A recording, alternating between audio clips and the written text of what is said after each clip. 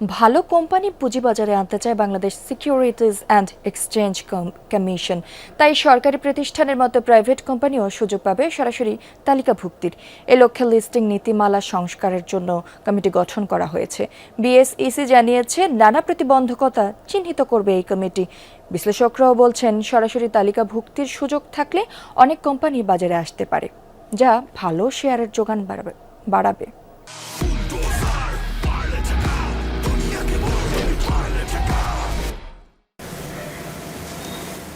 চাহিদা থাকলেও প্রায় ২.৫ বছর পুঁজিবাজারে আসেনি নতুন কোনো কোম্পানি।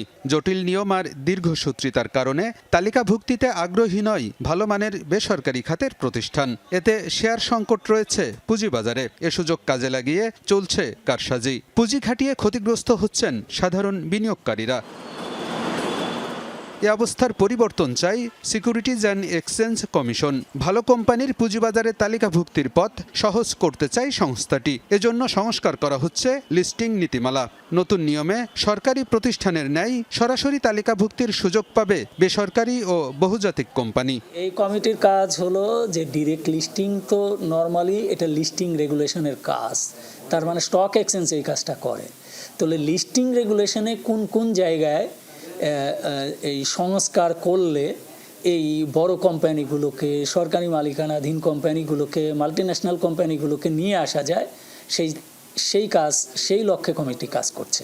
বেসরকারি কোম্পানি সরাসরি তালিকাভুক্তিতে সরকারি বিধিনিষেধ আছে, যা প্রত্যাহারে কাজ করছে নিয়ন্ত্রক সংস্থা বিএসইসি। সরকারি মালিকানাধীন কোম্পানি ছাড়া ডিরেক্ট লিস্টিং করা যাচ্ছে না, একটা নিষেধাজ্ঞা রয়েছে সরকারের একটা আদেশের কারণে।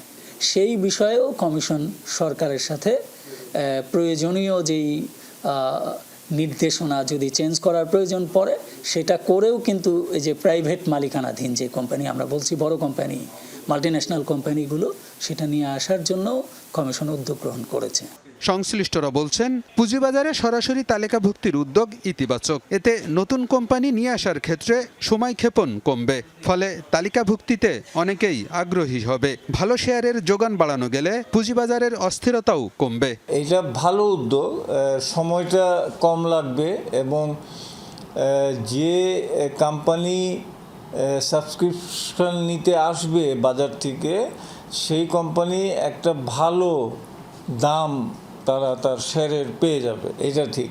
এখন এটার রুল রেগুলেশন কি হবে সেটা হলো দেখার বিষয়। আইপিও করতে অনেক সময় লাগে, হ্যাঁ, আর আইপিও যাদের দরকার নেই, যাদের ক্যাপিটালের দরকার নেই, তারা আইপিওতে যাবে কেন? সেটা তারা খুব ভালো মূল্য পাবে, খুব ভালো দাম পাবে, কারণ এটা তো শেয়ার বাজারের ডিমান্ড সাপ্লাইয়ের মাধ্যমে ডিসকভারি হবে। প্রাইসটা ডিসকভারি কোনো সিকিউরিটি এক্সচেঞ্জ কমিশন ঠিক করে দিবে না, এটা market place will decide demand and supply interactive প্রসেসের মাধ্যমে। তবে বেসরকারি কোম্পানির সরাসরি তালিকাভুক্তিতে দাম নিয়ে কেউ যেন কারসাজি করতে না পারে, এজন্য সতর্ক থাকতে হবে স্টক এক্সচেঞ্জ এবং নিয়ন্ত্রক সংস্থাকে। আলমগীর হোসেন, যমুনা নিউজ, ঢাকা।